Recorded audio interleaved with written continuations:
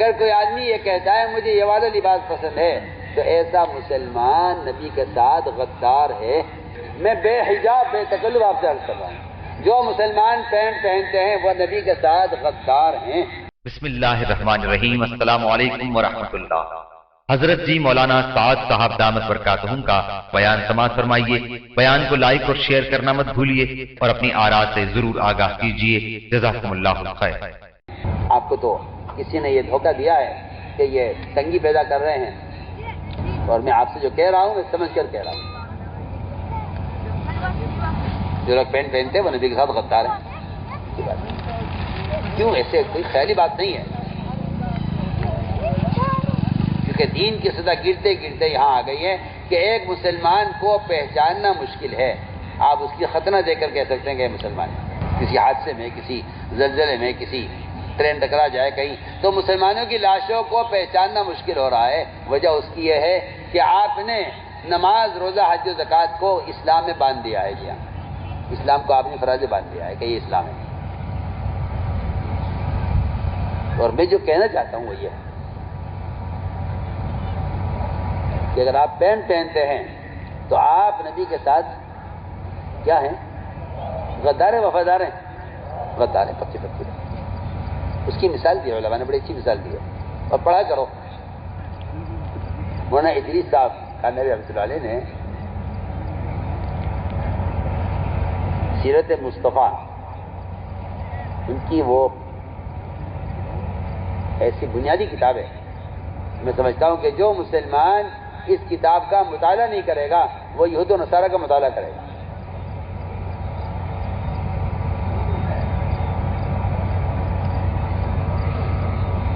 وہ لکھتے ہیں عجیب بات لکھتے ہیں۔ وہ کہتے ہیں کہ دو قومیں ہیں، دو ملک ہیں، دونوں آپس میں لڑائی ہے، ممالک کی لڑائی ہوا کرتی ہے، کہیں دفاعی لڑائی ہے، کہیں اپنی حدود کی حفاظت کی لڑائی ہے، جی ہاں، کہیں کسی کو کچلنے کی لڑائی ہے، کہیں کسی کی طاقت کو توڑنے کی لڑائی ہے۔ وہ فرماتے ہیں کہ دو ملک آپس میں اگر اختلاف کرتے ہیں، لڑائی ہے ان کی، تو آپس کی دونوں کی لڑائی ہے۔ اگر اس ملک کا فوج کا ایک آدمی یہ کہتا ہے کہ مجھے اس والے ملک کی فوجی کا لباس پسند ہے، تو بتائیے کیا اس کا ملک اس کو اجازت دے گا؟ عجیب و غریب بات ہے۔ اگر اس ملک کا فوجی یہ کہتا ہے مجھے اس ملک کی فوج کا، جو ہمارا مخالف ملک ہے، مجھے اس کی فوج کا لباس پسند ہے، تو بتائیے کیا اس ملک کی فوج اپنے فوجی کو دوسرے اپنے مخالف ملک کی فوجی کا لباس پہننے کی اجازت دے گی کہ بھائی کوئی بات نہیں، آپ کو اس کا شوق ہے، آپ یہ پہنیے، آپ یہ پہنیے، آپ کو پہنیے، آپ کے اس میں کیا بات ہے؟ وہ کہے گی آپ غدار ہیں، نکل جائیے ہمارے ملک سے، یا آپ غدار ہیں، آپ فوج سے نکل جائیے۔ بتائیے تو صحیح۔ میں حیران ہوں کہ مسلمان غیروں کی شکل بنا کر اپنے آپ کو نبی کی امت میں سمجھتا ہے، اور اس ملک کی فوج اپنے ایک فوجی کے لباس کے بدلنے پر اس کو اپنی فوج سے نکال دیتی ہے کہ آپ نکل جائیے یہاں سے۔ بتائیے، آپ سوچیے، آپ بڑے عقل مند ہیں اور آپ سمجھتے ہیں بڑی ترقی کر رہے ہیں، آپ سمجھتے ہیں ہم نے اسلام کو آسان کیا ہے، آپ نے اسلام کو برباد کیا ہے۔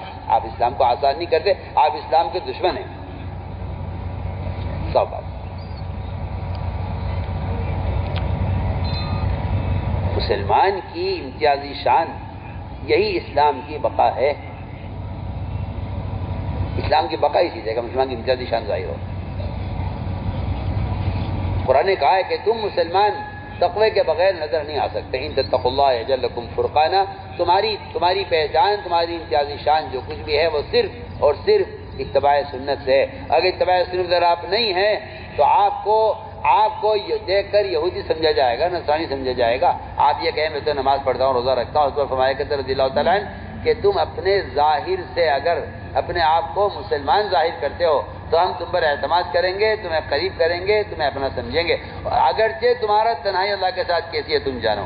اگر تم یہ کہتے ہو کہ جی آپ کو نہیں معلوم، میں تہجد پڑھتا ہوں، ذکر کرتا ہوں، روزہ رکھتا ہوں، نماز پڑھتا ہوں، زکوٰۃ دیتا ہوں، فرمایا اعتبار اللہ کا معاملہ ہے، تم جانو اللہ جانے، ہمیں اس سے کوئی مطلب نہیں ہے، ہم تو ظاہر کو دیکھیں گے۔ سوچیے، میں نے ایک مثال دی ہے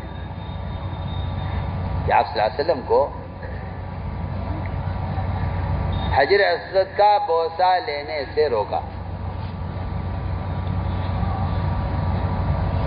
سنیے آپ کو بوسہ نہیں دیتا. آپ کی چاہت. یہ ایک ایسا عجیب و غریب قصہ ہے جس سے ہمیں ایک سبق ملتا ہے. وہ سبق یہ ملتا ہے کہ اگر ہم ان کی ایک بات مان لیں، اپنی ایک بات منوا لیں، اس کا مطلب یہ ہوا کہ آپ نے دنیا والوں کے ساتھ دین پر معاملہ کر لیا. ایک بات آپ نہیں مان لیں، ایک بات ہم آپ مان لیں. جی ہاں، حضرت تھانوی نے لکھا ہے کہ یہ مصلحت نہیں ہے، یہ باطل کے ساتھ مصالحت ہے. چلیے آپ مساوات کیجئے، میں آپ کی کچھ باتیں مان لیتا ہوں، میری کچھ باتیں مان لیں. چلیے ہم دین پر معاملہ کر لیتے ہیں. یہاں مسلمان پہنچا ہے اب کہ وہ دین پر غیروں کے ساتھ مصالحت کر رہا ہے. تو میں نے عرض کیا کہ آپ صلی اللہ علیہ وسلم کو ہلکا سا خیال آیا کہ اگر انہوں نے کیا کہا؟ انہوں نے یہ کہا کہ اے محمد صلی اللہ علیہ وسلم، ہم آپ کو اجازت دے دیں گے حدیث کا بوسہ لینے کی، مگر ہماری ایک شرط ہے. یا پہلے روکیں گے، پھر اپنا ایک مطالبہ کریں گے. ہماری ایک شرط ہے کہ آپ جب طواف کیا کریں تو جو ہمارے بت رکھے ہوئے ہیں بیت اللہ میں، آپ ان بتوں پر ہاتھ پھیرتے ہوئے ان بتوں کو آگے جھکتے ہوئے جایا کریں. یہ ہماری بات، یہ ہمارا مطالبہ ہے. اور یہ مطالبہ اس لیے نہیں ہے کہ آپ اپنے رب کو چھوڑ دیں، نہیں، اپنے رب کو آپ باقی رکھیے، آپ اپنی عبادت کیجیے، پھر رب کو باقی رکھیے. مگر جو ہمارے ارباب ہیں، جو ہمارے معبود ہیں، آپ ان سے بھی تعلق ثابت کیجیے تاکہ ہمارے آپ کے درمیان محبت پیدا ہو، ہمارے آپ کے درمیان تعلقات اچھے ہو جائیں، ہمارے آپ کے درمیان سے دوری ختم ہو جائے. جی ہاں، سب میں آپ سے بالکل کھل کر کہہ رہا ہوں. یہ ان کا مقصد تھا. آپ صلی اللہ علیہ وسلم کو ہلکا سا خیال آ کے گزر گیا کہ اگر صرف دکھلانے کے لیے نہ خوش کر دیا جائے اور یہ مجھے بیت اللہ کا جو ہے فیض کا بوسہ لینے دیں، اگر میں صرف دکھانے کے لیے ذرا سا اشارہ کر دوں تو کیا حرج ہے؟ اللہ نے فرمایا، اللہ نے کیا فرمایا جواب میں سنیا؟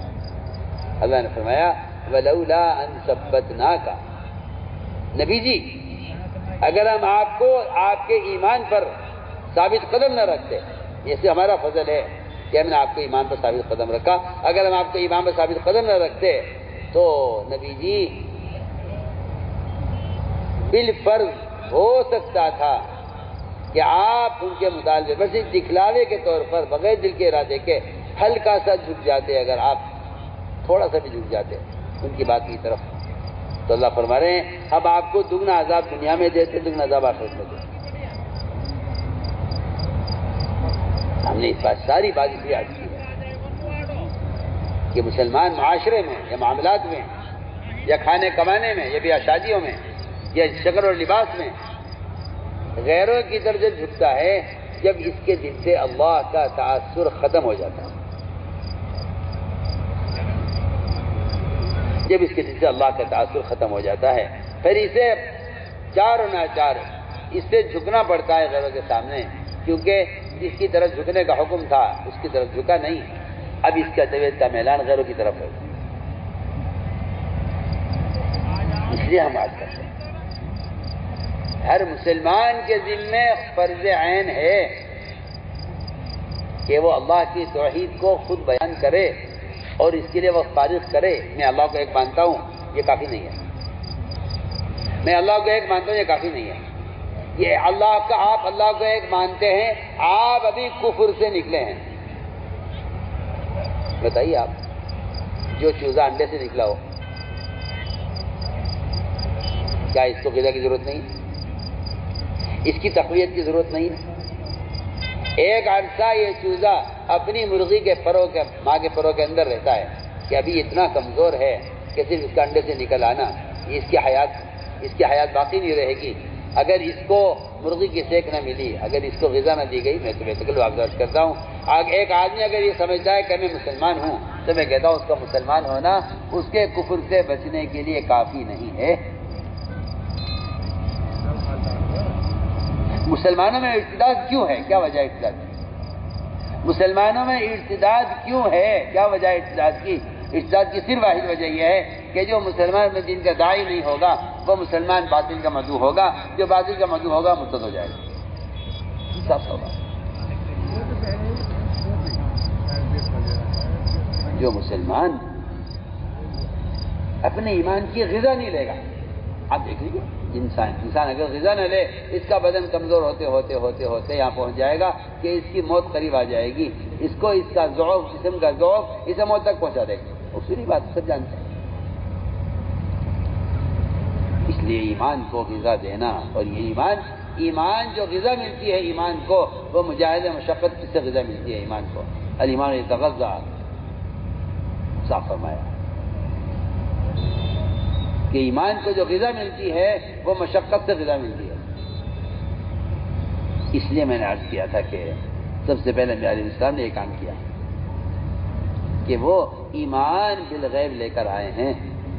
ایمان بالغیب کا مطلب یہ ہے کہ آپ کی عقل کچھ بھی کہے، آپ کو نبی کی بات کو تسلیم کرنا ہوگا نبی کے اعتماد پر۔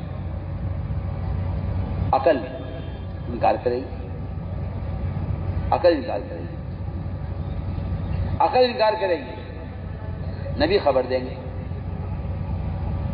میری سوچنے کی بات ہے کہ صحابہ کرام باہر کے بڑے بڑے ملکوں میں اور بڑے بڑے بادشاہوں کے سامنے جا کر متاثر کیوں نہیں ہوئے؟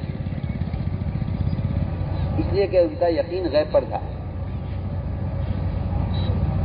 میں ایمان بالغیب کی ایک مثال عرض کرتا ہوں کہ عقل اور خبر، عقل اور خبر، نظر اور خبر، نظر عقل کے ساتھ ہے، نظر عقل کے ساتھ ہے، اور خبر یہ خبر غیبی ہے، خبر نبی کے ساتھ ہے۔ عقل نظر امتی کے ساتھ ہے اور خبر نبی کے ساتھ ہے۔ آپ صلی اللہ علیہ وسلم نے خبر دی، اس میں ایمان والوں کا امتحان تھا کہ دیکھیں ایمان والے اس خبر پر ان کے ایمان کا کیا حال ہوتا ہے، بڑھتا ہے یا گھٹتا ہے، انکار کرتے ہیں یا اعتراف کرتے ہیں۔ اللہ نے امتحان لیا۔ آپ صلی اللہ علیہ وسلم کو اللہ تعالیٰ نے ایک سفر کرایا معراج کا، یہ ایمان کے سیکھنے کے لیے اور ایمان بالغیب کے لیے ایک بہت بنیادی سبق ہے، بہت بنیادی مثال ہے۔ ورنہ میں کہتا ہوں آپ سے اگر کوئی یہودی یا کوئی غیر مسلم کوشش کر کے چاند تک پہنچ جائے تو مسلمان ہاتھ ملتے رہ جائیں گے، مسلمان یہ کہیں گے ہم نے کچھ کوشش نہ کی، ورنہ ہم بھی آج ان کی طرح اوپر ہوتے اور ہمیں بھی عزت ملتی اور ہم بھی چاند پر جانے میں پہل کرتے۔ آپ سوچیے تو صحیح آدمی غور تو کریں۔ آپ جس چاند کو محمد صلی اللہ علیہ وسلم انگلی کے اشارے سے کاٹ کر دکھلا رہے ہیں، آپ اس چاند پر جانے کی تمنا کر رہے ہیں۔ آپ سوچیے آج اگر باتیں ترقی کر لے اور آپ یہ کہیں کہ کاش یہ کام ہم کرتے، سوچیے جس چاند کے 2 ٹکڑے کر کے محمد صلی اللہ علیہ وسلم اپنی انگلی کے اشارے سے، یہ نماز کا اشارہ نہیں ہے، یہ ایک عبادت سے بعد اشارہ ہے۔ علماء نے لکھا ہے اس دن کا آپ کا اشارہ ایسا قوی تھا، اگر آپ اس دن اشارہ کرنے میں آسمان کا ارادہ کر لیتے تو اللہ تعالیٰ آسمان کو پھاڑ دیتے۔ آپ تو چاند کی بات کر رہے ہیں یہاں، اگر اس دن محمد صلی اللہ علیہ وسلم ارادہ کر لیتے آسمان کے پھاڑنے کا تو آسمان پھٹ جاتا، اتنی قوت اس دن آپ کے اشارے میں تھی۔ تو میں نے عرض کیا کہ حضور اکرم صلی اللہ علیہ وسلم کا سفر معراج ہوا،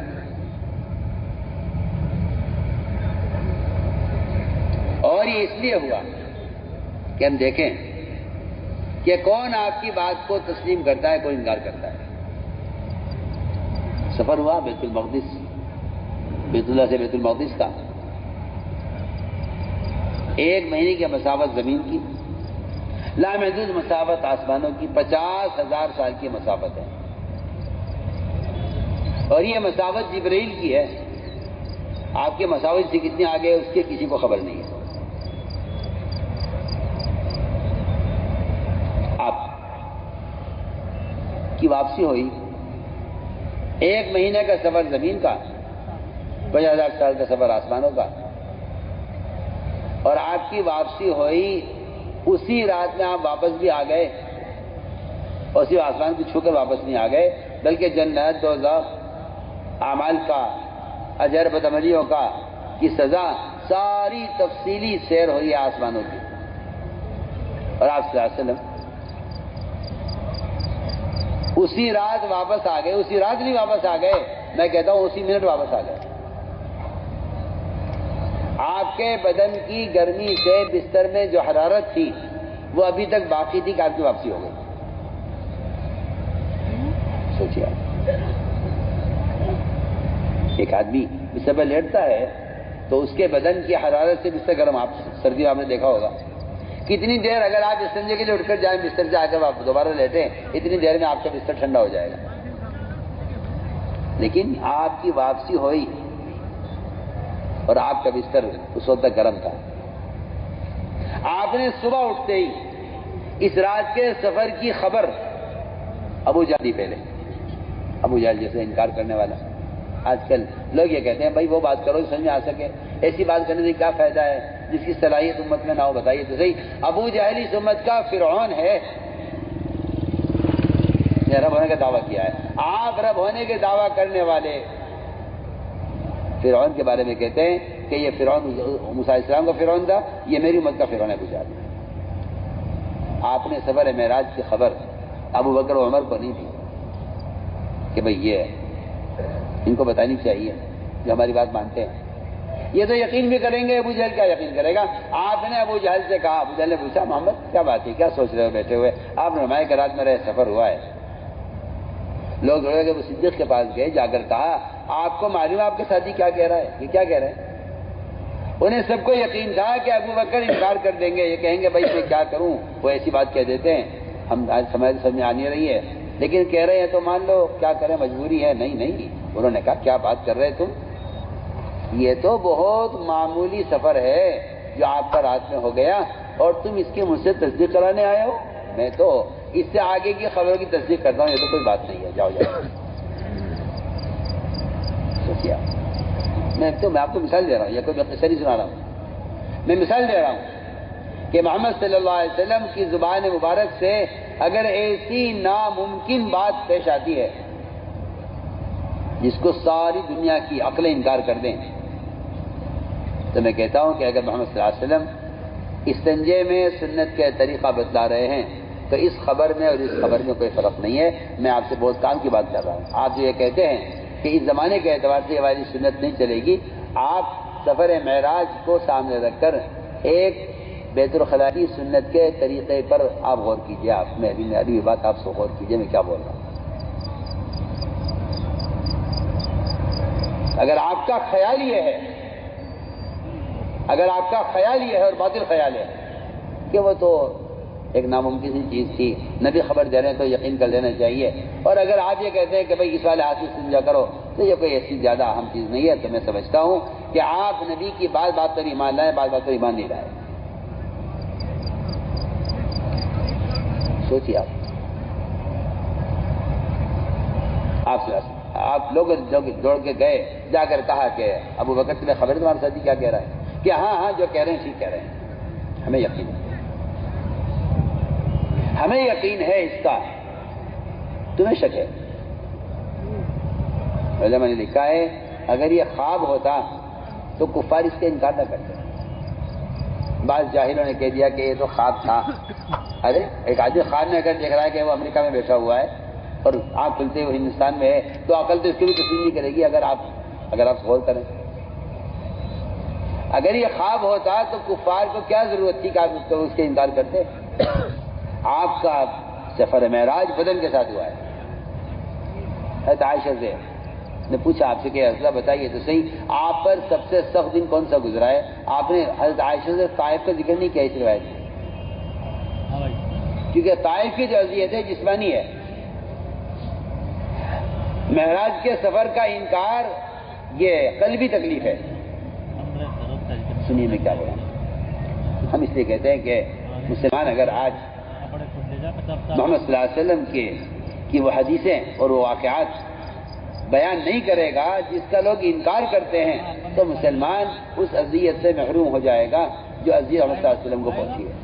بیان آپ کو پسند آیا ہو تو بیان کو لائک، شیئر اور چینل کو سبسکرائب کرنا مت بھولیے. کمنٹس میں اپنی رائے کا اظہار ضرور کیجیے.